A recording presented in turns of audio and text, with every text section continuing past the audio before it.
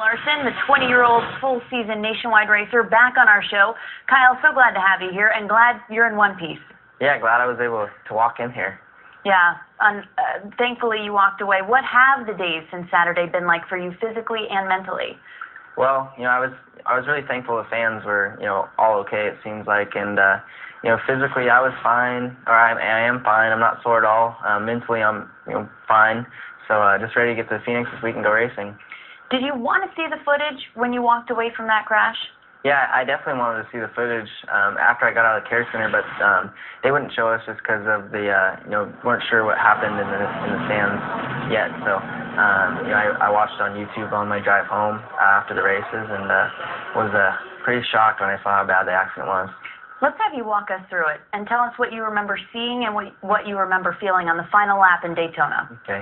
I was, getting pushed by Dale Jr. here, and you're in the 32 car. Yeah, all over Sam Hornish, and my spotters tell me they're wrecking, and I go to miss it there, and get into it here and get turned sideways, and took a couple big hits, and I could see the ground at one point, but didn't know I went into the fence, and I got out of the car and saw half my car sitting there. So. Engine in the catch fence? Yeah, engine in the catch. Oh, I didn't know any of that was, actually on the grandstand side of the fence until I was in the care center and, asked some other drivers, what happened, and they said your tire and engine are on the wrong side of the fence. Debut in the Nationwide Series, of course, running full-time. A heck of a way to start your season, I'm sure. But what did you think of the style of racing? Regan Smith saying he was running full throttle. That was a really hard run to the finish. Yeah, it's hard to say. It's, last lap, coming to the finish line, especially when you're Regan.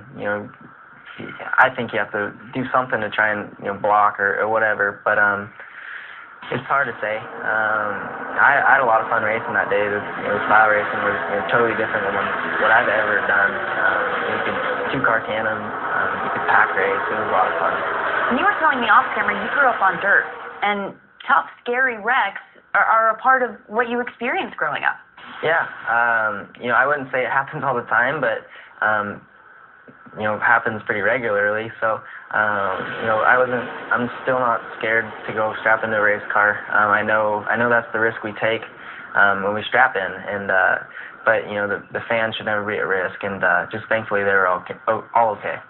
A dramatic speed weeks for Kyle Larson, of course, late modified race, the battle at the beach on speed last week as well, and some controversy, I'll put it that way, surrounding your finish and your win over C.E. Falk.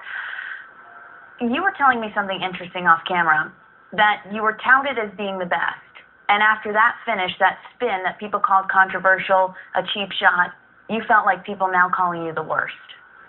Yeah, it's just a little bit different. And not used to being the bad guy, but yeah, what I did definitely wasn't right.